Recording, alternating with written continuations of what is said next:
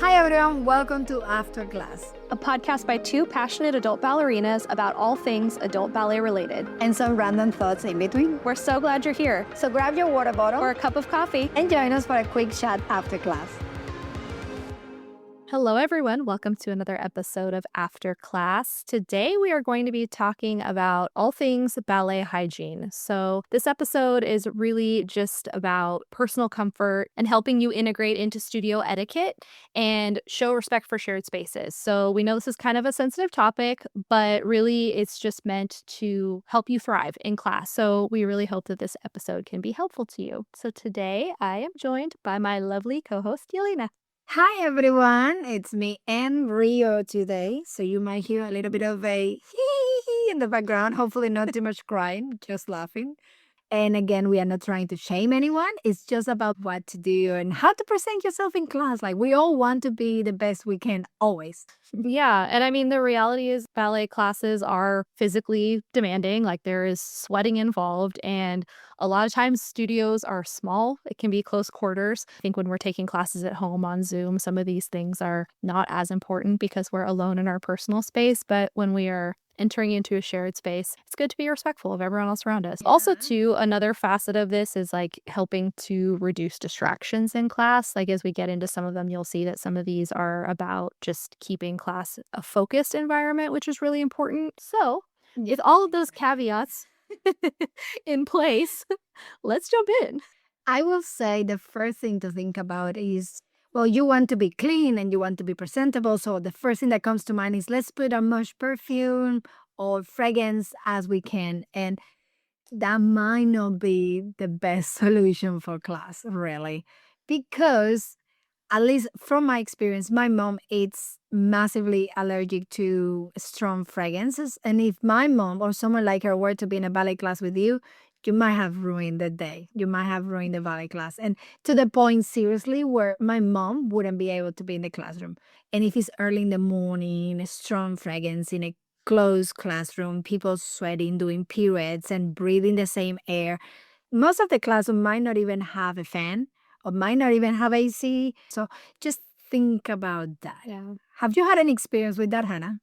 Yeah, I mean, it's hard when someone is wearing something really strong. Like, I've definitely been in class before where someone had something strong on, and because once you get started, you tend to start breathing a little bit more heavily. I think it can be more noticeable than even just out in normal life. You know, in normal life, if you're out kind of walking around and you're breathing at a normal rate, it might not seem as heavy, but when you're in a room, and a lot of times in ballet classes they start to get humid because of the sweat and all that, so you introduce humidity and heavy breathing. Great combination. Yeah, it's just reality. But scents that would maybe be totally fine even outside of the classroom suddenly can feel a little bit more overwhelming inside the classroom. So I think in the case of class, like light body sprays are okay. And some people might even disagree with that. Like I've seen things online where people are like, you should not have anything on in class, which I guess if you really want to err on the side of very cautious, then yes. But I think having a light, clean smell is nice as long as it's not, like I would say opt for body spray versus perfume, if that makes sense. Perfume tends to be what we get in like the small bottles where it's the heavier concentration, and then body spray, you know, is usually things that are in the larger bottles that are a more diluted smell, and I think that that's a better option. Also, too, one thing I would say is be aware that we become scent blind to perfumes that we wear for long periods of time. So like if you've been wearing the Yay, that's true. happens. I mean, it's one of those things too. Like sometimes you'll notice with older people, their perfume is so strong and you're like, how do they not smell that? But it's because a lot of times if you've been wearing the same perfume for 5, 10, 15 years, Yeah. you don't really smell it as much anymore. So you might think, oh, just 1 or 2 sprays my perfume. That's fine. What's the big deal? I can hardly even smell it. Maybe you can hardly smell it, but other people can probably smell it. So keep that in mind. It's always so relative as well. Like we will be saying strong perfumes and the rest of the someone else will be like, but what is a strong smell for you? Well, that's true. It's very relative. That's why just stay away from almost anything when you go to a ballet class. But it's not just whether we're going to distract someone, it's very much about allergies as well. So I will say if you want to make sure that you're gonna smell good or you're gonna stay clean, deodorant is the best option. Seriously. Like my husband, I make sure that he puts deodorant every time before we go climbing. Because I don't know your husband's, but mine, he just have a shower, he keeps moving. I'm like, wait a second, you're going to sweat in a climbing gym. Put some deodorant on. And I even made sure that he has deodorant on his car. So when he goes anywhere, it's like, oh, I forgot to put deodorant. Like, you have some in your car. Put it on because there's gonna be people climbing right by your side. We're gonna be sweating. Can you imagine someone doing pirouettes with their arms in fifth position right by your side, sweating? I would prefer for you to have some deodorant on if you're doing that by my side.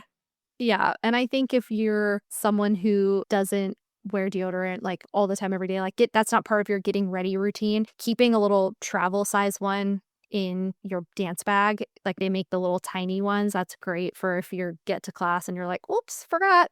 You can just throw it in. Also, too, body wipes are great, especially if you're gonna be doing multiple classes and you have, like, a break in between, just, like, doing a little wipe. Not only does it refresh the way that you smell, but I also feel like they just kind of give me that little extra boost of like, "Ooh, I feel better." It does Body feel wipe. better. Like Yeah. it feels so cold on your face. It wakes you up, refresh you.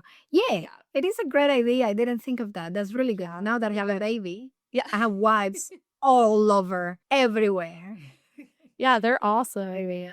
I love them, especially for, like, going to intensives or things like that where I know I'm gonna be in the studio for multiple hours. I always just throw a pack of them in because 'cause they're just so nice just to be able to get a little quick reset. Hey, adult dancer. Do you love the podcast and want more resources, news, and tips to support your ballet goals? Head over to thebusybunhead.com, your source for all things adult ballet. Stay in the know, find community, and fuel your motivation with resources like the bulletin board, a free monthly newsletter, and the Bunhead Book Club. Brand new to ballet? Book a session to get your questions answered. It's all waiting for you at thebusybunhead.com. Another big one I think is just wearing clean dance clothes with a lot of leotards and tights and things. They tend to be made of synthetic fabrics, which actually tend to trap odor more than like cotton and linen and natural fabrics. So making sure that you are rinsing out, washing your items between classes and not just re-wearing because you may not smell it. Again, like sometimes we tend to be less sensitive to our own body odor than other people, but if you're not washing things, scent probably is trapped in your garments, even if you can't smell it. So just making sure that you're wearing clean items to class is definitely something that your classmates will appreciate. Totally agree with you. And you know what? Someone will be like, oh, yeah, leotards and tights. What about skirts? Like skirts, sometimes we use like, oh, it's just a skirt. And now think from my experience, think how many times you sweat and you sit down for a little bit and your butt is sweating through the tights, the leotard, and into the skirts. And sometimes, oh, but it's a black skirt. No one will see that it's dirty or whatever. It is a little bit dirty and can get a little bit smelly, especially when that one is the one that stays in your dance bag forever and ever. So Yeah. it doesn't, you don't need to wash on every class, but I would say minimum once a month for sure. And they are the easiest to wash and the easiest to dry. Yeah, and it also prolongs the life of your garments if you're getting sweat out of them. We should actually just do a whole episode on laundering ballet stuff because I do think it can be a little bit tricky sometimes. So we'll do an episode on that. But getting the sweat out helps your stuff last longer too. That's a really good point too with shoes. Just for general class hygiene, it's totally normal. Like, I just want to say this right now. Like, it is so normal for your shoes to start to stink. You are putting your bare feet into either leather or canvas and exercising for an hour plus. Like, shoes getting stinky is totally normal. Don't be embarrassed. But Yeah, take them out of the bag. Get used to it. If you create a habit out of it, every time you get home after your dance lessons, just take your skirt and your shoes out, put them somewhere to air until you can actually wash the skirt. And then sometimes shoes can also be washed, just so you know. It doesn't last as long, but it can be washed. and I think even if you like if you wear leather shoes, so you can't wash them, even just airing them out. Like what I actually do with my shoes, because I don't I've washed them before, but I don't like kind of the way it warps them, so I tend to just wear my shoes Yeah. until I get a hole in them and I throw them away. I don't really wash them. But what I do is, like, I completely turn my slippers inside out when I get home. So I let them sit, on the ground, essentially upside down, turned inside out, so that they're, like, fully getting airflow, and then I don't put them back into my bag until they're dry, and then even in my bag, they're in a mesh bag. So I know a lot of times people tend to know this more so with point shoes, that you shouldn't put your point shoes in a closed off bag, but it's really the same with your slippers too. Like, you shouldn't really put them in like a sealed off bag right after class. You want to let them air out and fully dry out because that's going to help with the smell. And then another thing you can do too that I found out later on, I was like, oh, that's genius, is if you stick dryer sheets in your slippers when you're not wearing them, obviously, when you're not wearing them, it will give them that kind of, like, clean, fresh smell, and it'll kinda cut down on the odor so that when you pull them out of your bag, you're not like, "Whoa." And dryer sheets are obviously super cheap. Great idea. I also remember now we bought something for our for our climbing shoes, and especially for my husband's climbing shoes because he used to leave them in the car, out of the bag. Fun enough, but inside the car, locked. And oh my god! So they have these other absorbing bananas. They look like bananas, but I presume that they have plenty of shapes. And I also saw little bags of lavender as well. And you just put them on inside the shoe and it absorbs all the humidity and it smells good. So that could be a good investment. And they last forever. Like they last long, long, long time. So that could be something pretty good as well. Mhm, and it keeps, like, your whole bag smelling fresher, which is nice. So now, maybe we could talk about personal appearance, hair, jewelry, all that. Jewelry. So Yeah, that's very important. so what would you say as a teacher for hair and how you like to see your students' hair? Yeah, so I will say I want to see my students the way I present to them. So the way I present myself is if I don't have my ballet band, like when I see a ballet teacher, I understand that everyone is different, but from my experience, when I see a ballet teacher without the ballet band and the hair all loose and go all over the place, it distracts me. Like you can be the best teacher in the world, but if your hair is all loose, like at least in a ponytail, at least in a ponytail. But that's because we won't be doing the pirouettes, the full combinations, the grand allegros. If you are a student and you are committed to do all of the ballet class, allegros, saisons, and pirouettes and turns, you need to have your ballet band. It's so much comfortable and it helps you so much more. Like every time you spin, if you have a ponytail and the hair goes on your face, it distracts you, it stops the dynamic of the pirouettes. So I think it's you just present yourself with the best ballet band you can, or not a ballet band. You can do the what is the other one? French twist? rolls, and yeah, that one. So there are so many different things to do that look good with your hair. Yeah. This is one of those that I think is how ingrained it is in me is probably left over from doing ballet as a kid because at my studio, we absolutely had to have neat hair pulled back and it had to be able to stay for the entire class. Like, we weren't allowed to fidget and touch our hair. So whatever you came in with was how it was, and it had to be slicked back, and it had to be neat, and you couldn't fidget with it. And so I think that that's still kind of in me. Even as an adult, I always put my hair back, even when I take class at home. I know, right? Sometimes at home, like if I'm doing a YouTube class, I'll maybe just have a ponytail in, but it always feels weird and kind of distracting to me, and I always think, "Oh my gosh, I should have just put it back in a bun," because I think the more you kind of get into, like, a dedicated rhythm with your training, you really want to remove distractions, and you want to have things out of your face, and you wanna be able to just, like, get in there and work, and when you have, like, hair falling in your face or if you have, like, a clip and you're having to readjust it, it kinda just, for me at least, takes me out of that zone. The zone, yeah, you're totally out of it. And it's like everything, you create a habits, and once you create the habits, you won't be able to leave it that easily. So you will keep doing it.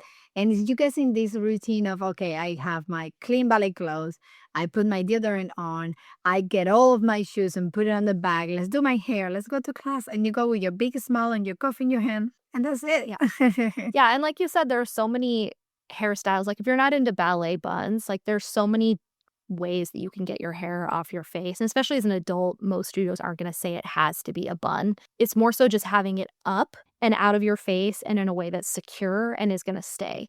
And so, like, I've seen people do really cute things with braids where they, like, do 2 French braids and then kind of, like, tie the ends together, or, like, right now, I've been mainly doing the French twist, French roll. There's just a ton of different ways, and there's even on YouTube, you can look up a lot of different ways of, like, how to do your hair, or Pinterest is another great place for that.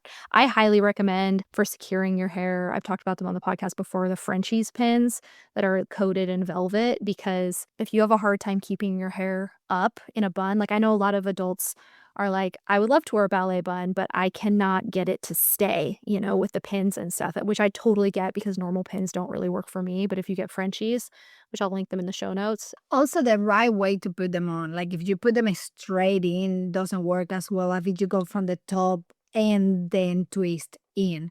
And if anyone has a question, let us know. And Hannah and I, we will make a video on how to put it from the top, twist, and in. And that will definitely guarantee you a strong ballet band for sure. Yeah. Now, what about yours? I just find that so distracting. And this is me as a teacher. I do not want to be wearing a Pandora in one side and the other one in the other one and the other one in my head because I don't want anyone to get distracted with that when I do an allonge. I don't want everyone looking at, oh, look how cute the ballet shoe that is hanging out of her Pandora bracelet, when actually I want you to be looking at the line of my fingers, how they finish. So imagine if me as a teacher, I don't want you to get distracted with my juries, how will I feel about you wearing watches, which you will be receiving a phone call, a message, and that notification comes straight to your watch. You're in your ballet, plie, plie, plie, and you will look at your watch. You will not avoid it. You will not ignore it. It's human race. You will look at it. You will. And those are little things that will throw you off the ballet class immediately. If you're in a combination, you're in an exercise, and you do things like that, it would be hard for you to go back to it.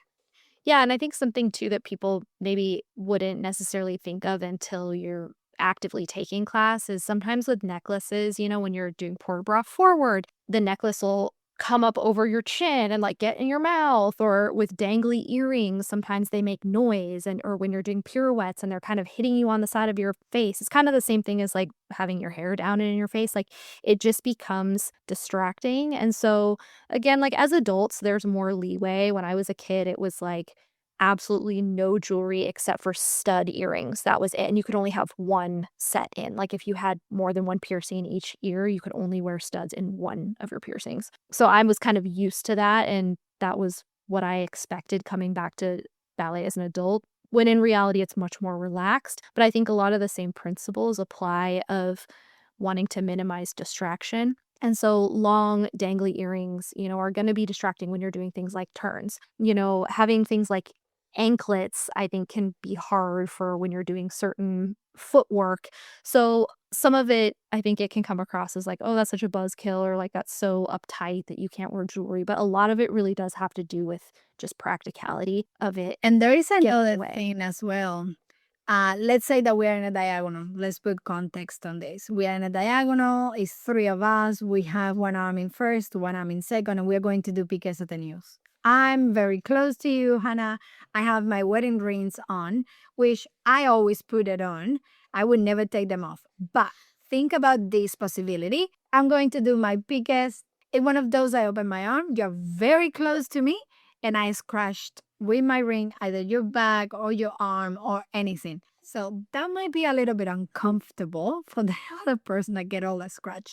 And we as teachers always advise when we are working in partners classes, boys and girls, no one wears a ring so the girls don't scratch boys.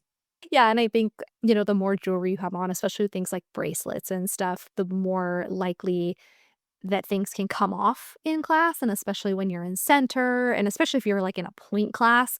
If a piece of jewelry falls off on the floor and someone steps on it or trips over it, whatever, it's just one less thing to have to worry about. Another thing too, like, if you're going to wear jewelry, because sometimes I'll wear a necklace, it is good going back to allergies, and just for, like, the comfort of your skin and avoiding rashes and things like that if you wear either like hypoallergenic or non-tarnishing metals, so real gold, things like that, because you are going to be sweating a lot. So it's generally not usually the best idea to wear fake jewelry or cheap jewelry in ballet because of the sweat, and like that can cause your skin to turn green or like give you a funky rash. So just consider the fact that you will be sweating too when you are choosing what jewelry you're going to wear. So I think another good one that we could talk about is even just like bringing breath mints to class, right? Like that's a good hygiene tip for ballet. Definitely, I would say that is true. I usually just keep a tin of mints in my ballet bag, and that way you can just pop one in. So that's a really easy one. I will say, as far as like, I know some people prefer gum for freshening their breath, but it's generally kind of a faux pas to chew gum in class. That's something that you don't do in class. Yeah. And mint before class, not even during class. So no to gum. Yeah. Like gum, I think, is one that most teachers would be like, not so much. So better to have mints in your bag versus gum, because even if you're thinking, oh, I'll spit it out before class starts, you might forget. So I would say mints are better. So the last point on hygiene that we can talk about is one that is really practical, and that is toenails and fingernails. So toenails, maybe we should talk about this specifically for point work. I would say do your pedicure at least 4 days before you have a point class. I don't let anyone do mine. I do myself. I'm just so afraid of it. I'm totally the same. I don't really go get pedicures anymore since I've been doing point, just because I'm so afraid of them cutting my toenails in a way that's going to completely mess things up for me. And as you do point, you realize the length that they need to be comfortable, so that you're not getting bruised toenails from them touching your shoe, and also that you're not getting ingrown toenails. Because if you go too long, you can get bruised toenails, and if you go too short, you can get ingrown toenails. So it's kind of this like sweet spot for trimming your nails. It's kind of something you have to figure out your personal preference and like what's comfortable for you. Also, not just keeping them trimmed, clean feet is really nice for ballet class, because we are all getting a little more up close and personal with each other's feet.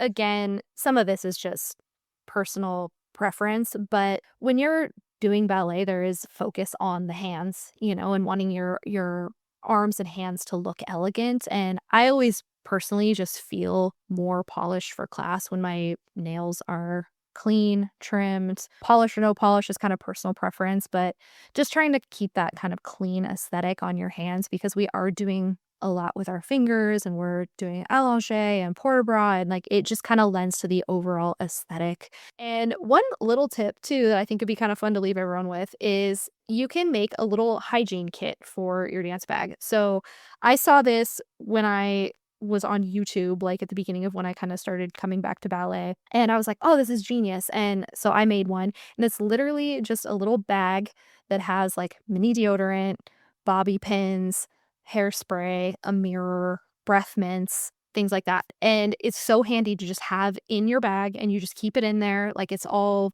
self-contained. I don't have to worry about transferring it from my main purse. It just lives in my dance bag. And that's a great way to make sure that you're always feeling fresh and feeling your best. Yeah, exactly. It's like an emergency kit, but cute and for freshness. So Yeah, put your like, girl products in there, because that's another one that we didn't even get into with hygiene. Really comes in handy to have a little dance bag that is all your hygiene stuff in one place. So we hope you guys enjoyed the episode. And if you did, we would love it if you could take a moment to leave us a review. It really helps other dancers find us, and we read every single one. Thank you guys so much for listening. bye. Thank you for listening to After Class. Join the community on YouTube and Instagram, or come dance with us, our weekly Zoom classes for adult ballerinas like you. Links included in the episode description. Special thank you to our sponsors. See you next time after class. Podcast produced by Mission Bridge Media.